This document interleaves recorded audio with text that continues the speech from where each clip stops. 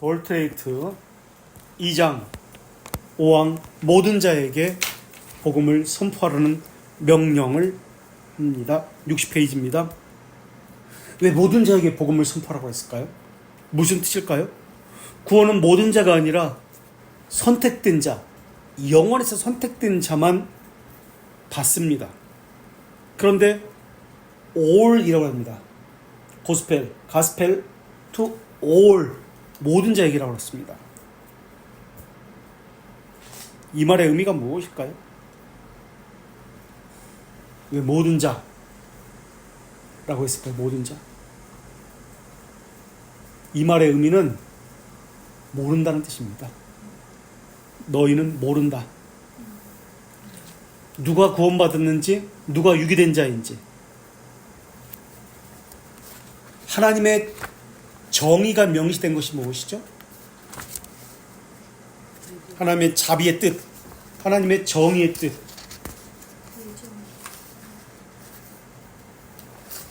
네? 하나님의 정의의 뜻, 하나님의 자비의 뜻.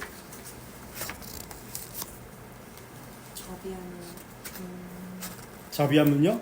그리스도 예수 우리 주님 안에서 선택하셨다는 뜻이고요. 자비함은 유기는 그 나머지를 내버려 두신다. 정의, 하나님의 정의는 내버려 두셨다 이 뜻입니다. 자, 누가 구원받은지 모른다. 누가 유기된 자인지 모른다.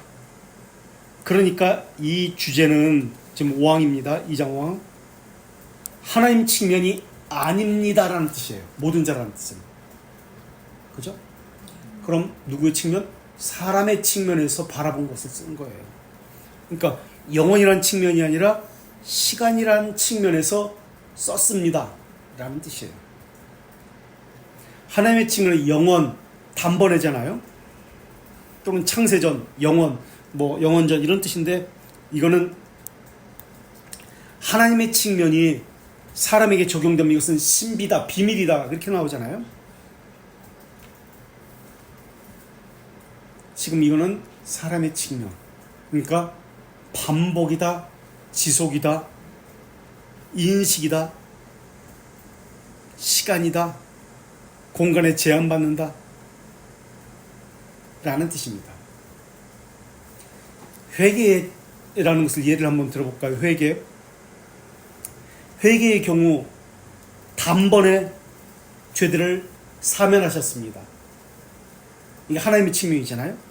그러나 우리 측면에서는 어떻게 해야 돼요? 회개는 단번에 했으니까 안 해도 돼. 이렇게 하는 사람들 누구죠? 구원파. 왜 그것이 잘못된 거죠? 그들은 사람의 측면을 간과해요. 하나님의 측면만 가지고 이야기해요. 자기가 하나님처럼. 사람은 반복적으로, 수시로, 지속적으로 해야 됩니다. 지속적으로 회개해야 돼요. 그런데 하나님이 단번에 했기 때문에 나는 앞으로 지을 죄에 대해서 회개 안 해도 돼. 회개할 필요가 없어. 아니요.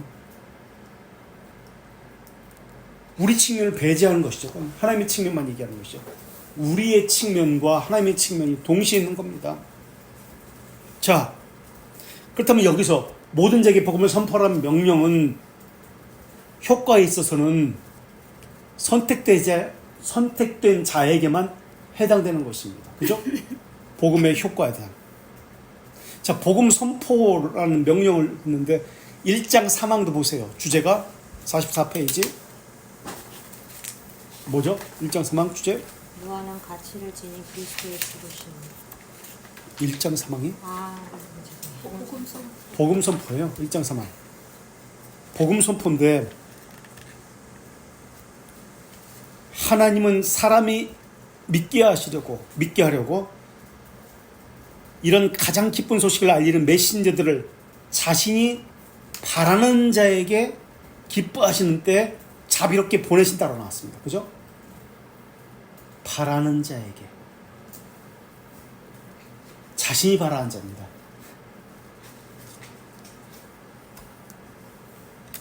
그 누가 바라는 자예요? 하나님이 바라는 자예요. 내가 그러니까 사람이 바라는 자가 아니에요. 구원받기를 바라는 자가 아니에요. 사람이. 하나님이 바라는 자에게 언제? 하나님이 기뻐하시는 때 모른다는 거예요. 하나님만이 아신다. 자비롭게 보낸다. 자비롭게 보낸다는 말은 구원받은 자에게 하나님의 자비를 명시한다는 뜻이잖아요. 그죠? 자비를 명시한다는 뜻이에요.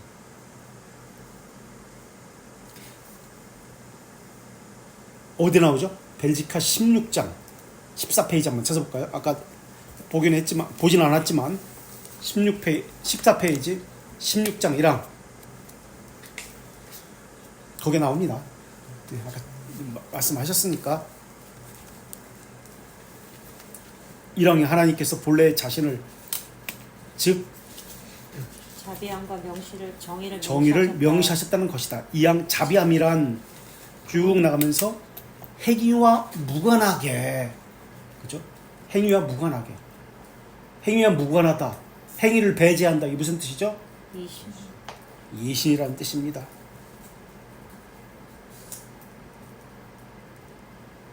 이신 칭의와 칭의를 설명할 수 있어요? 그 차이? 자, 행위와 무관하게 그리스도 예수님 우리 주님 안에서 선택했다는 의미입니다. 이게 자비함이란 뜻입니다. 사망, 정의란 무슨 뜻이죠? 타락과 멸망 가운데 있는 나머지를 내버려 두신다는 뜻입니다. 간섭하지 않는다, 내버려 둔다라는 뜻이에요. 그래서 자비는 선택했다는 의미고요. 정의는 내버려 두신다는 의미입니다. 그래서 시간 안에서 하나님의 자비하심을 나타내 주시는데 벨지카 18장에서 구속사역을 고백합니다. 그러니까 하나님의 자비하심이 어떻게 나타나는가 시간 안에서. 그래서 18장은 제목이 예수 그리스도의 성육신입니다. 시간 안에서 나타나는 거예요. 자비하심이. 하나님이 시간 안에서 자신을 자비함을 명시하신 거예요. 그게 성육신이에요. 그래서 예수님이 선택된 자들을 대신해서 하나님의 정의의 대상이 되신 거예요.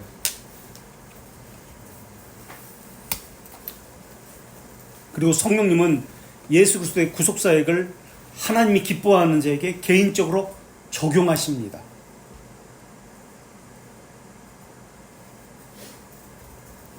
이번에는 176페이지 신앙고백서 13장 1항 1절 13장 1항 1절 176페이지 밑줄 친 걸 한번 보세요. 176페이지 13장 신앙고백서 13장 1항 1절 또 그들 안에 그분의 말씀과 성령 실제로 또 개인적으로 거함으로 실제로 또 개인적으로 힘써 성화된다. 말씀과 성령이 거함으로 실제로 또 개인적으로 힘써 성화된다.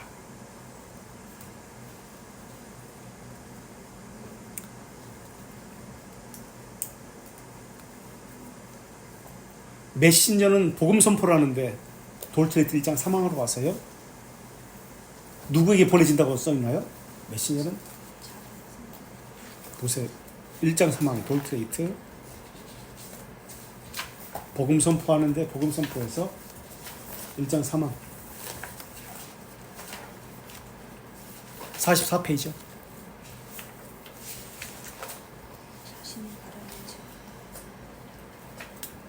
자신이 바라는 자에게, 그죠? 다시 말하면 택자에게 보내신다. 메신저가 택자에게 간다라는 거예요.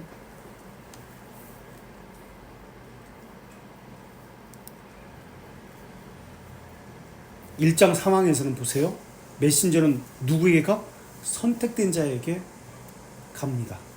근데 여기서는 지금 2장 5항에서는 메신저는 모든 자에게 복음을 선포한다고 나왔어요. 그럼 이거 왜 1장 3항과 2장 5항의 차이는 무엇입니까? 1장 3항은 하나님의 측면에서 썼습니다. 2장 5항은 사람의 측면에서 썼습니다. 그래서 한쪽에서는 택자에게 보냄을 받습니다. 하나님께서 기뻐하시는 자에게 복음을 증거합니다. 한쪽에서는 모든 자에게 복음을 선포합니다. 이렇게 나오는 거예요. 하나님의 측면에서. 그래서 택자예요. 하나님 택하신 자. 2장 5항은 사람의 측면. 정확히는 누구의 측면이죠? 더 정확히는 사람의 측면이 아니라 2장 5항은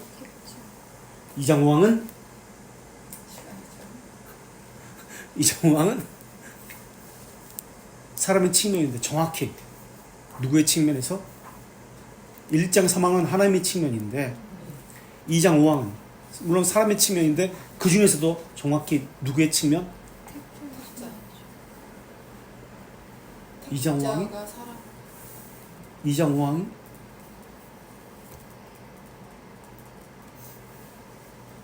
메신저입니다. 메신저의 측면에서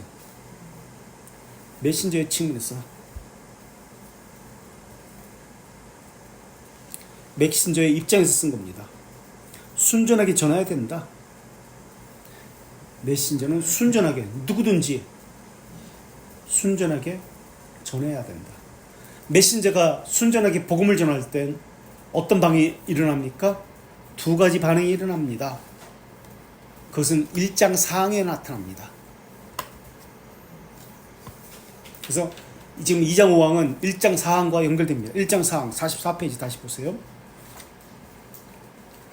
어떤 일들이 두 가지 반응이 나타납니까? 복음을 전거했을 때 하나님의 진노를 이 복음을 믿지 않은 자들에게 머무른다. 이와는 달리 그 복음을 받아 참되고 살아있는 믿음으로 예수님을 구세주로 수용하는 자들은 하나님의 진노를 받아 파멸되고 파멸로부터 그분에 의해 구해지고 그들에게 영생의 선물이 부여된다. 예, 그러니까 믿지 않는 자는 수용하지 않는 자는 진노를 받아 파멸되고 받아들이는 자는 수용하는 자는 영생의 선물이 부여됩니다. 이렇게 나타났습니다. 두 가지 반응이에요. 수용하거나 거절하거나.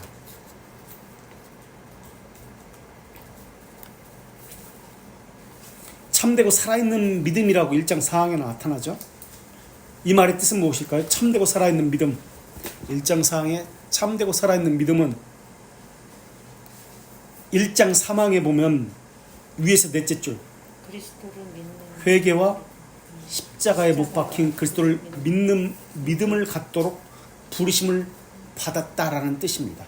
참되고 살아있는 믿음이라는 뜻은 참되고 살아있는 믿음이라는 뜻은 회개와 십자가에 못 박힌 그리스도를 믿는 믿음을 갖도록 부르심을 받는다라는 뜻입니다. 회개하고 십자가에 못 박힌 그리스도를 믿는 믿음을 갖도록. 이게 뭐죠? 회개와 십자가에 못 박힌 그리스도를 믿는 믿음을 갖는 두 가지로 구성되어 있는 게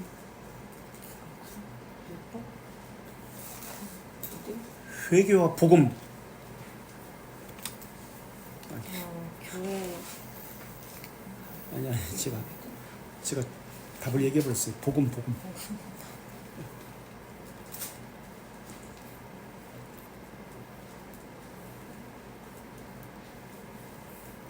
복음은 두 가지 측면이 있죠. 두 가지 뭐죠? 회개의 축구와 회개와 죄들의 용서에 대한 언약. 회개와 죄들의 용서. 지금 그걸 얘기했죠. 이번에는 신앙고백서 7장 3항 3절 164페이지 보세요. 신앙고백서 웨스트민스터 신앙고백서 7장 3항 3절 164페이지 7장 3항 3절 164페이지 그들에게 복음을 신뢰하는 믿음이 요구되어 그들이 구원받을 수 있게 했고 영생에 이르도록 정해진 모든 자에게 자신의 생명을 약속함으로 그들이 자진해서 믿을 수 있게 한다. 보십시오. 참되고 살아있는 믿음이라고 아까 1장 4항에서 이야기했습니다. 참되고 살아있는 믿음이 여기서 뭐라고 얘기했나요? 예수 그리스도를 신뢰하는 믿음입니다. 참되고 살아있는 믿음은 예수 그리스도를 신뢰하는 믿음입니다. 아까 돌트레트 1장 3항에서는 회개와 십자가에 못 박힌 그리스도를 믿는 믿음을 갖도록 부르심을 받은 것을 이야기합니다. 다 같은 말이에요. 참되고 살아있는 믿음, 회개와 십자가에 박힌 그리스도를 믿는 믿음을 갖도록 부르심을 받았다는 것, 예수를 신뢰하는 믿음, 같은 말이에요. 그러면서 계속해서 웨스트민스터 7장 3장 3절에 영생에 이르도록 정해진 모든 자에게 자신의 성령을 약속함으로 그들이 자진해서 믿을 수 있게 한다. 여기에 보니까 정해진 모든 자라고 했습니다. 정해진 모든 자. 정해진 모든 자. 아까 돌트레트 1장 3항에서는 자신이 바라는 자. 여기서는 정해진 모든 자. 1장 3항에서는 자신이 바라는 자. 그죠? 정해진 모든 자, 자신이 바라는 자. 같은 말입니다. 그리고 1장 9항 1절 보세요. 여기는 뭐라고 나오는지. 정해진 모든 자, 자신이 바라는 자. 1장 9항 1절 62페이지는 여기서는 정해진 자, 자신이 바라는 자. 여기서는 1장 9항 1절에 선택된 자라고 나옵니다. 그들은 성령님에 의해서 자발적으로 믿게 됩니다 라고 나옵니다. 아까 신앙고백서에서는 그들이 자진해서 믿게 됩니다. 여기서는 자발적으로 믿게 됩니다. 그러나 유기된 자들은, 선택된 자는 또는 하나님께서 정해진 모든 자는 또는 하나님이 바라는 자들은 자발적으로 자진해서 믿습니다 라고 나왔죠. 이번엔 유기된 자들 한번 볼게요. 3, 4장 9항 2절 70페이지 돌트레이트 3, 4장 9항 2절 70페이지 유기된 자들은 그들 중 일부는 부르심을 받을 때 자신들이 위험에 처한 것에 대해 무관심하고 생명의 말씀을 거절하고 하고, 다른 일부는 그 말씀을 받지만 자신들의 심정에 영구적으로 인상시키려 하지 않는, 자신의 심정에 영구적으로 인상시키지 않습니다. 두 가지 것이에요. 유기된 자들의 종류는 무관심하고 말씀을 거절합니다. 또 다른 사람은 받습니다. 그 말씀을 기뻐합니다. 그런데 영구히 심정에 인상시키지 않습니다. 흘러보내는 거예요. 우리가 지금 이럴까봐 좀 조심스러워요. 위험에 무관심하고, 그러니까 하나님을 인식하는 감각이 없어요. 하나님에 대해 관심 없고 자신의 심정, 의지에 인상시키지 않습니다. 그런데 보세요. 심정이라는 단어 보세요. 영어 3, 4장 9항 2절에 영어 심정, 코라는 라틴어로 코어거든요. 지금 이 단어가 코. 뭐로 돼 있어요? 여기서는 하치인가요?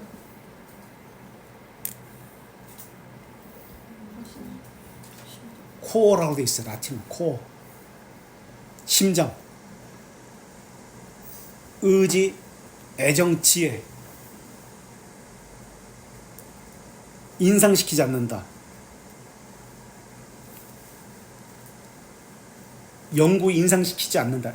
인상시키다라는 말의 의미는 라틴어로 imit to I am M-I-T-T U-N-T M-M-I-M-M-I-T-T-U-N-T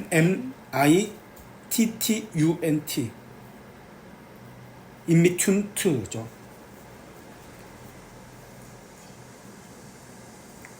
T-T-U-N-T I-M-M-I-T-T-U-N-T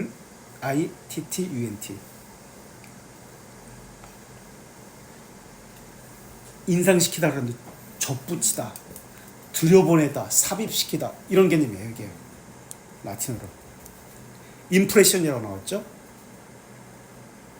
그러니까 영구적으로 인상시키지 않는다는 말에 의미는 접붙이지 않는다는 거예요. 영구적으로 접붙이지 않는 거예요. 말씀과 내가 이렇게 붙어 있어야 되는데 안 붙는 거예요. 떨어지는 거예요. 따로따로. 말씀 따로 놨다로. 접붙여져야 되는데. 묵상이 그 일하는 거예요. 접붙여지는 거. 근데 우리는 들을 때는 좋아요. 어디 가는지 없어져요. 흩어져 버려요. 접붙이지 못해요. 이게 유기된 자들의 특징이에요. 지금 그 모습이. 접붙여지지 않습니다. 영구적으로 접붙이지 않습니다. 하나님의 영혼이 복음 언약이 명시되었기 때문에 그것이 접붙여진 자는 영원히 그것이 인상되어집니다. 근데 그것이 영원히가 아니고 일시적이다. 잠시. 그때뿐이에요. 이게 유기된 자의 특징이에요. 선택된 자들은 신앙고백서 15장 2장 1절 볼게요. 여러분은 15장 2장 1절 179페이지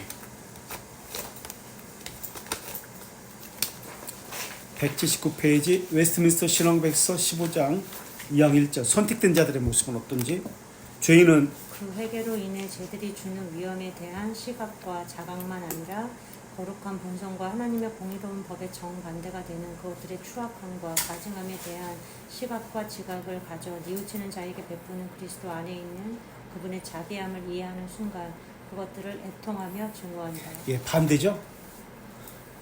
왜 무엇 때문에 애통하고 증오하죠?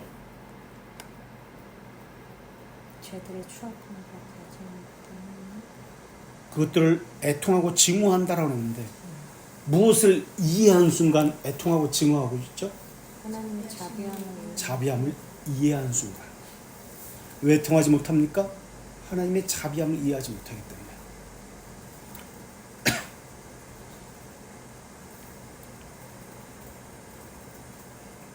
그 결과 이양 그것들로부터 돌아서서 전적으로 하나님께 향하고 그분이 명한 모든 길로 함께 걷는 것을 목적으로 삼고 노력합니다. 함께 걷는 것을 목적으로 삼습니다. 목적. 그것을 위해서 노력합니다. 그래서 복음이 선포될 때 두 가지 반응이 나타나요.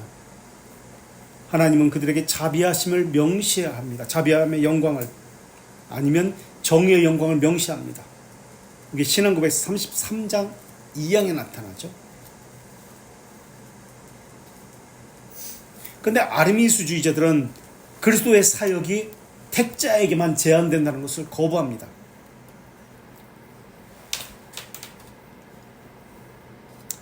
만일 예수 그리스도의 사역이 택자에게만 제한된다면 복음을 모든 사람에게 선포할 이유가 없다고 이야기합니다. 그러니까 이 사람들은 아르미스주의자들은 하나님의 측면, 사람의 측면을 이걸 이해를 못하는 거예요. 섞어버리는 거예요. 그래서 모든 사람에게 선포할 이유가 없다라고 이야기합니다. 그래서 하나님의 택자에게만 선포되면 되지. 성경에 보면은 그러므로 너희는 가서 모든 족속으로 제자를 삼아 모든 족속으로 택하신 족속 아니에요? 모든 족속으로 제자를 삼아 아버지와 아들과 성령의 이름으로 세를 주라고 했습니다. 사도행전 1장 8장에서도 온 유대와 사마리아와 땅끝까지 이르러 내 증인이 되라. 땅끝까지요. 택자만 구원받는데 모든 사람에게 지금 전하라고 합니다. 이 말씀 복음을 확장시키라는 얘기예요. 그러면 교회에 하는 일은 무엇입니까? 복음을 간직하는 것만입니까? 아닙니다. 복음을 순전하게 간직함과 동시에 확장시켜야 합니다. 알리는 것이 교회의 사명입니다. 이때 이중적 효력이 나타납니다. 어떤 사람은 수용하고 어떤 사람은 거부합니다. 그래서 2장 5항은 돌테이트 2장 5항은 메신저의 관점에서 지금 쓰고 있는 것이고 1장 3항 아까 복음 선포 같은 복음 선포인데 그는 하나님의 측면에서 쓰고 있는 겁니다. 그래서 메신저라는 사람의 측면, 시간, 공간이라는 측면에서 2장 5항을 바라봐야 됩니다. 그게 전제가 돼야 돼요. 이게 안 되면은 헷갈려요. 그게 사람의 측면에서 썼구나. 그러니까 아르미스주의자들은 이걸 모르니까 막 섞어버리니까 사람의 측면에서 이해하려고 그러는 거예요. 또 메신저의 측면에서 사람의 측면에서 썼다는 좋은 증거가 나옵니다. 영어로 보세요. 영어로 보면 위에서 넷째 줄 어떤 단어가 나옵니다. 어떤 단어일까요? 사람의 측면에서 썼다는 단어. 찾아보세요. 아주 확실한 단어가 나오는데요. 사람의 측면에서 썼다는 단어가 나옵니다. 우리가 지금까지 배운 것으로 한번 보세요. 예. 이터널이 아니에요. 영원이라는 개념을 쓰는데 하나님의 측면인 이터널이 아니고 사람의 측면인 에버레스팅 라이프, 사람에서 바라보는 것, 영혼을 바라볼 때 에버레스팅, 말하는 자의 관점에서 바라보는 영혼을 에버레스팅이라고 하잖아요. 그 단어를 썼습니다. 복음을 전하는 자, 즉 메신저의 관점에서 지금 보고 있구나라는 것이 증명됩니다. 이 에버레스팅에서 영원 전, 영원 후라는 개념이 나오는 거예요. 그래서 성경에 보면 창세 전, 창세 후라는 단어들이 나오잖아요. 이거는 말하는 자의 측면에서 영혼을 바라봤기 때문에 창세 전, 창세 후라는 단어가 나오는 거예요. 영원 전, 영원 후라는 단어가 나오는 거예요. 말하는 자의 관점에서 바라봤기 때문에. 참고로 forever and ever라는 단어가 나오는데 이것은 영원인데요. 의지의 지속성을 이야기합니다. 내가 의지를 가지고 하나님을 찬양합니다. 의지를 가지고 하나님께 영광을 돌리는 의지의 지속성. 변하지 않는다는 뜻의 영원입니다. 요걸 전제로 이제 본문을 들어가야 됩니다. 자, 이제 본문으로 들어가 보겠습니다. 더욱이 복음의 약속은 뭘 이야기하죠? 복음의 약속. 복음에는 항상 약속이 들어가 있습니다. 언약이. 어떤 언약이 들어가 있죠? 복음은 우선 죄들의 용서에 대한 약속. 벌써 나오네. 죄들의 용서에 대한 약속이에요.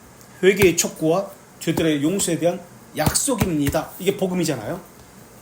그래서 회개의 촉구가 항상 들어가야 합니다. 천국을 이야기할 때도 회개하라. 천국이 가까웠느라. 하나님의 나라가 가깝다는 이야기하는데 하나님 나라하고 회개가 뭔 관계야? 회개가 먼저 들어갑니다. 이게 복음이기 때문에 그래요. 복음의 약속, 죄들의 용서. 이 복음의 약속은 무상입니다. 이걸 다른 말로 선물이라고 이야기합니다. 그래서 복음의 약속은 한마디로 뭐죠? 한 단어로 아침에 우리가 배운 거 기독교 강의에서 한 단어로 네. 칭의. 이것은 또 다른 말로 해봅시다. 복음의 약속, 칭의,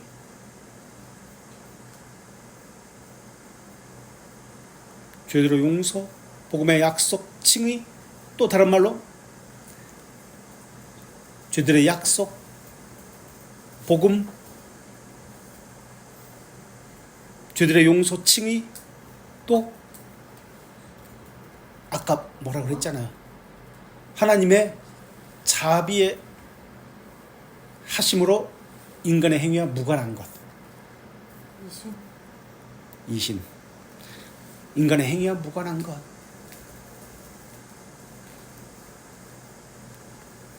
기독교 강요 3권 17장 8항의 칭의에 대한 정의가 나오는데요. 칭의에 대해서 정의를 내려보면 좀 깁니다. 그리스도와 교제, 화해가 된 상태에서 교제가 들어가잖아요. 그리스도의 교제에 들어가게 된 죄인이 예수 그리스도로 인해서 하나님과 화해되고 예수 그리스도의 보혈로 정결하게 되어 죄들의 사면을 얻고 의의 옷을 입은 것입니다. 이게 칭이라고 그렇게 정의를 내려요. 좀 길죠? 어쨌든 3권 17장 8항에서 기독교 3권 17장 8항을 읽어보시면 됩니다. 그러면 칭의 이후에 오는 것이 있습니다. 죄들의 용서 이후에 따라오는 선행이 있습니다. 선행은 공로와는 무관합니다. 근데 칭의 이후에 따라오는 선행, 귀결입니다. 반드시 따라옵니다. 칭의 이후에, 반드시는 아니고 칭의 이후에 따라오는 선행, 귀결인데 이것을 가지고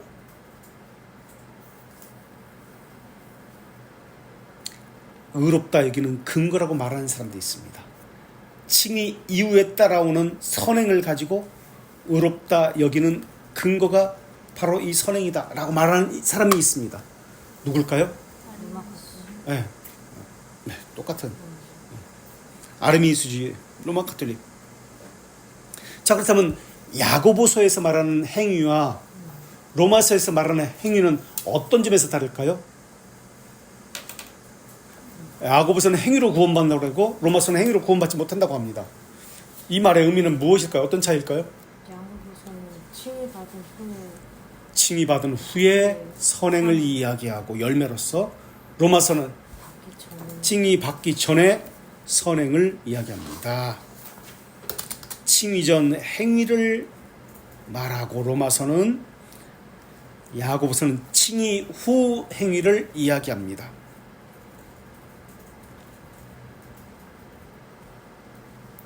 복음의 약속은 한마디로 칭의라고 했습니다. 그럼 메시저가 선포하는 것은 복음인데 한마디로 칭의 칭의입니다. 좀 더 두 가지로 얘기하면 칭의인데 칭의는 죄들의 용서와 회개. 그럼 메신저가 선포하는 것은 뭐예요? 회개와, 정확히는 회개가 먼저죠. 회개와 죄들의 용서예요. 회개와 죄들의 용서. 회개, 죄들의 용서에 대한 약속이 정확히는 죄들의 용서를 선포하는 게 아니라 죄들의 용서에 대한 약속, 언약. 이걸 선포해야 돼요. 이게 아니면 복음이 아니에요. 약속이 아니에요. 근데 회개는 빼버리죠. 약속도 빼버리나 요즘은. 사람 사랑하는 뭐 편의, 방법 이런 거 기교가 이런 것만 가르치죠. 이게 복음입니다.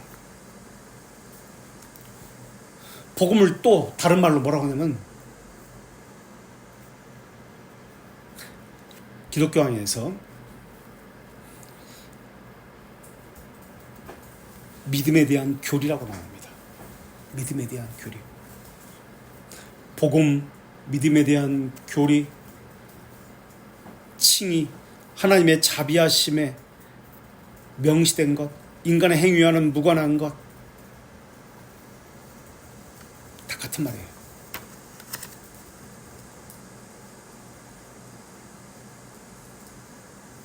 그래서 기독교 강론 2권 9장에서 우리가 이미 배웠는데 복음을 요약해서 죄들의 용서, 즉 칭이다 라고 이야기합니다. 복음은 죄들의 용서, 칭이다. 기독교 강론 3권은 믿음을 생각할 때 7가지를 생각하라고 이야기합니다. 성령님은 말씀과 함께 역사하는데 3권에서 기독교 강론 3권에서 믿음의 결과를 말하고 믿음의 결과를 말하고 믿음의 혜택을 말합니다. 믿음의 결과는 무엇이죠? 회개이고 믿음의 혜택은 죄들의 용서에 칭의와 관련됩니다. 믿음의 결과는 회개이고 믿음의 혜택은 칭의, 죄들의 용서와 관련됩니다. 그런데 이러한 것들을 모두 말할 때, 그러니까 복음을 말할 때, 죄들의 용서, 칭의를 말할 때 항상 무엇을 전제해야 된다고요? 항상 전제해야 되는 것은 영원을, 예정을 전제해야 됩니다. 예정. 약속이기 때문에 그래요. 약속, 언약이기 때문에. 택죄를 향한 죄들의 용서에 대한 약속. 그래서 성령님의 주권적 사역은 믿음을 강화시키는 겁니다. 부르심은 믿음을 갖도록 부르시는 거예요. 부르심은 믿음을 갖도록 합니다. 그럼 무엇에 대한 믿음인가요? 그러면 또 다시 한번 정리해 볼까요? 반복해 볼까요? 무엇에 관한 믿음이었어요? 죄들의 용서에 대한 약속. 죄들의 용서에 대한 약속이. 또 무엇에 대한 믿음이었어요? 아까 얘기했던 예수 그리스도를 신뢰하는 것, 또 회개와 십자가에 못 박힌 그리스도를 믿는 믿음입니다. 참되고 살아있는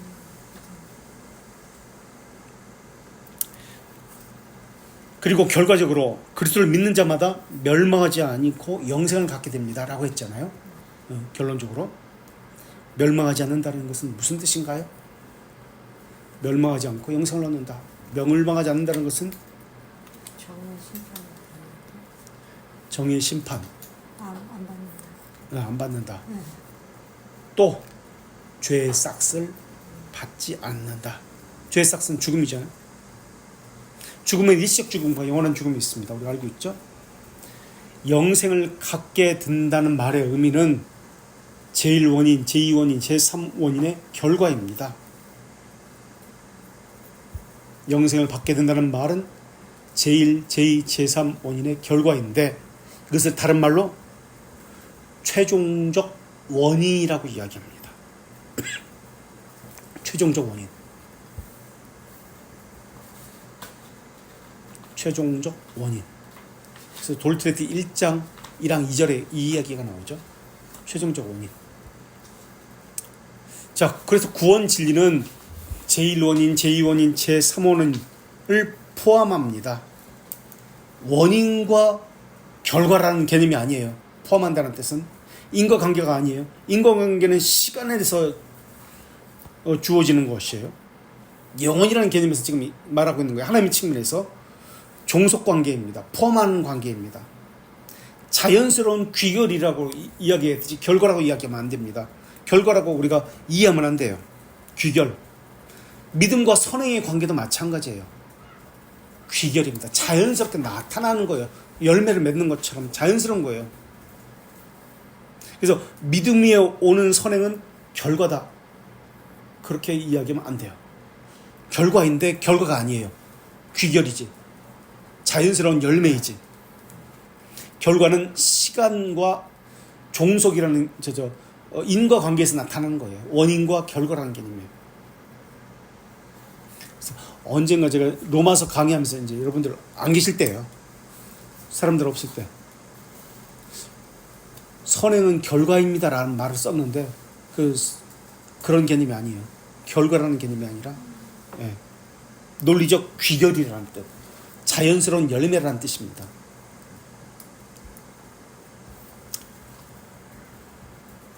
하나님의 자비하심은 복음의 약속을 포함합니다.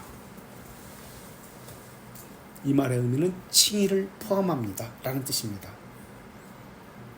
칭의를 포함합니다. 자,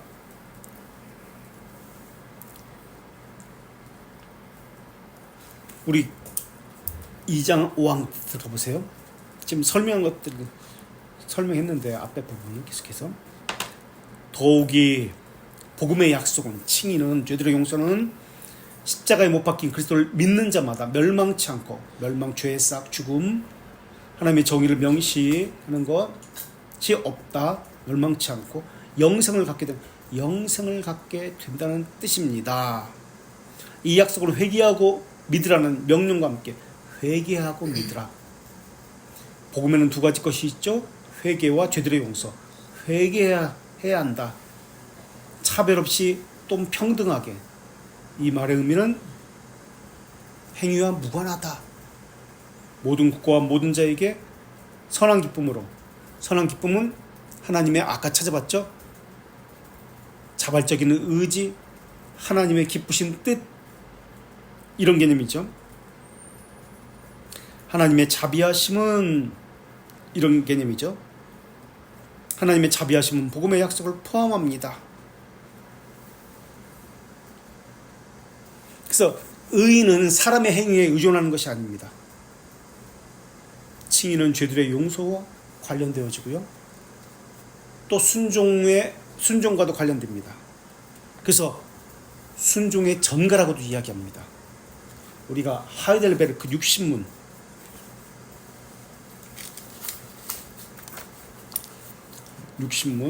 페이지 118페이지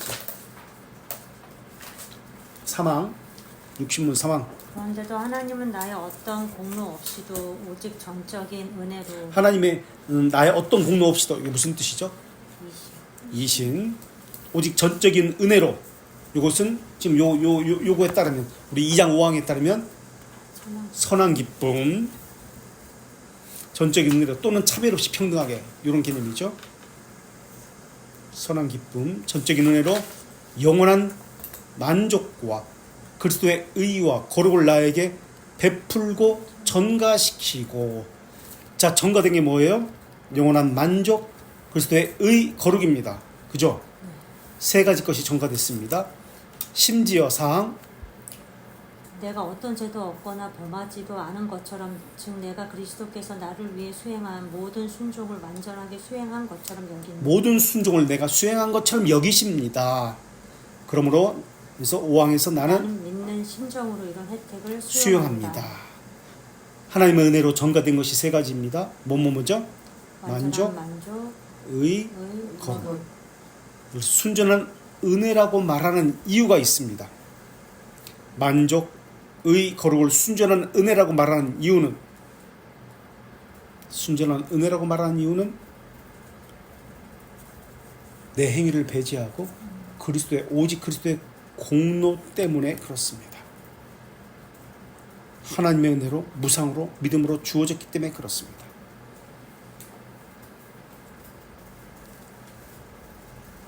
이게 하이델베르크 21문 2절에 나와요.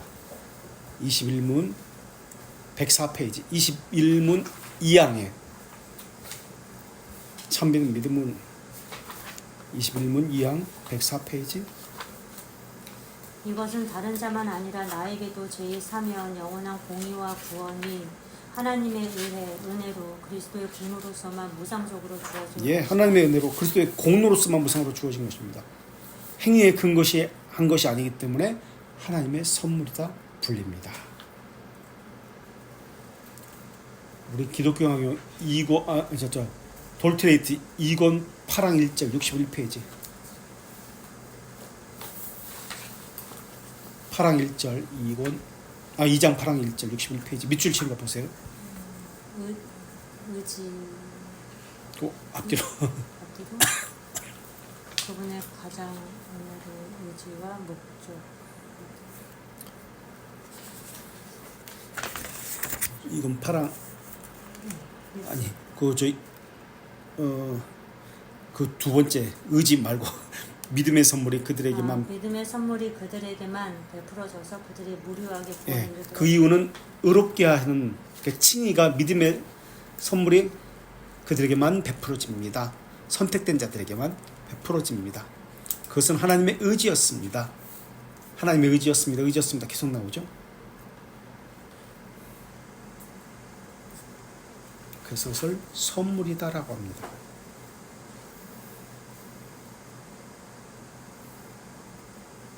믿음이 우리를 의롭게 하나요? 믿음은 우리를 의롭게 하지 않습니다. 믿음은 수용하는 도구입니다. 이게 벨지카 22장 4항 밑줄 친 거 한번 보세요. 20페이지.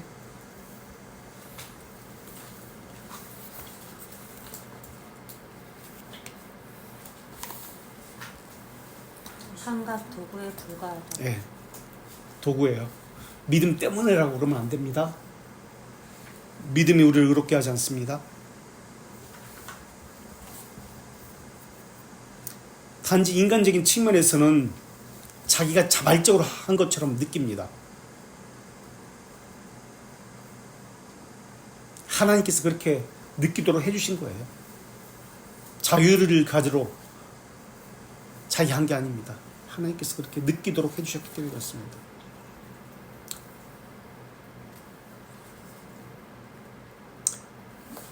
요것만 찾아볼게요. 돌트레이트 3, 4장 14항 3절 3장 73페이지 3절 4절. 또는 하나님께서 믿을 수 있는 능력이나 힘을 베풀어 인간이 자신의 자유의지를 실행하여 그 구원의 의미에 동의하고 그리스도를 실제로 믿도록 하기 때문도 아니다. 자, 보세요. 3절 무슨 말인지 4절 그 다음 단 그분이 바라고 행하도록 인간 안에 역사하고 정말 모든 자 안에 모든 것을 믿게 하는 의지와 믿는 행위를 일으키기 때문에 믿는 행위를 의지와 믿는 행위를 일으키 3절 무슨 뜻일까요? 보세요. 하나님께서 믿을 수 있는 능력이나 힘을 베풀어 인간의 자유의지를 실행해서 그 구원의 의미에 동의하고 내 의지를 가지고 그래 옳다 동의하는 거예요. 그리스도를 실제로 믿도록 하기 때문에도 아니다. 아니래요. 맞는 말 아니에요? 왜 아니에요? 이게 3절이 말하는 거 뭐예요? 3절이 아니래요. 그런 것 같은데요. 뭘 말하는 거야 이건? 믿음 뭐요? 예? 안 들려. 믿음은 선물이다. 무상적인 은혜로 주어져. 우리가 그래서 3절이 뭘 말하는 거예요? 우리의 자유의지로 예. 믿는 것이 아니다. 3절이 맞는 것 같지 않으세요? 음. 그럼 뭐가 틀려요? 믿을 수 있는 능력이 우리에게 있는 것이 아닌데 여기는 하나님께서 믿을 수 있는 능력의 힘을 베푸시는 거잖아요 지금.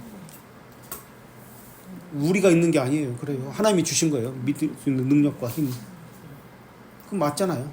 그 믿음이 도구의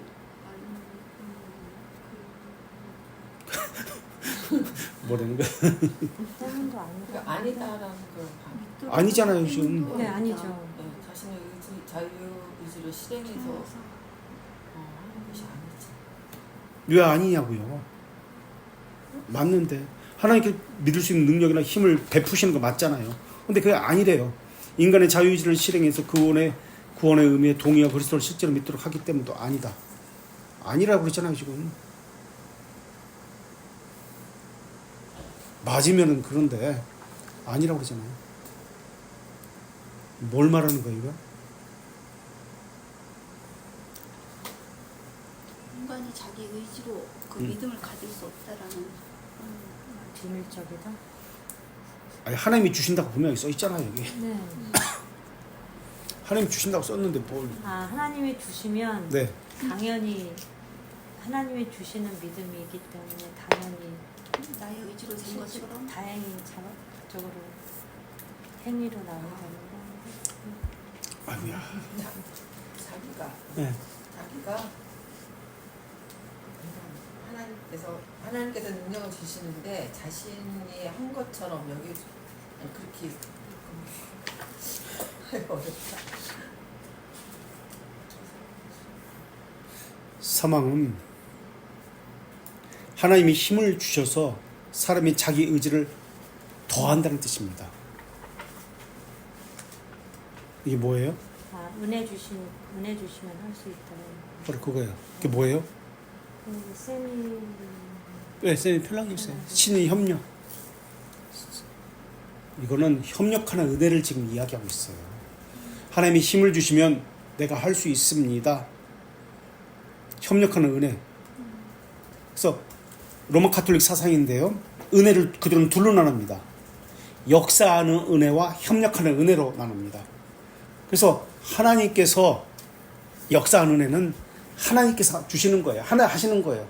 하나님이 하시는 부분이 따로 있어요. 협력하는 은혜는 사람이 하나님께서 하신 것에 더하는 거예요. 이게 협력하는 은혜예요. 그래서 역사하시는 은혜, 협력하는 은혜. 그러나 성경은 우리는 오직 전적인 하나님의 은혜라고 합니다. 사람에게 근거를 찾으면 안 됩니다. 그래서 그것을 무슨 은혜라고 그랬죠? 돌트레이트에선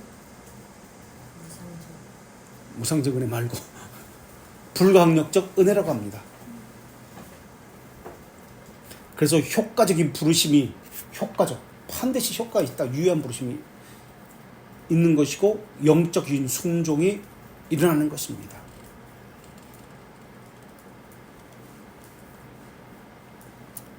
자, 여기까지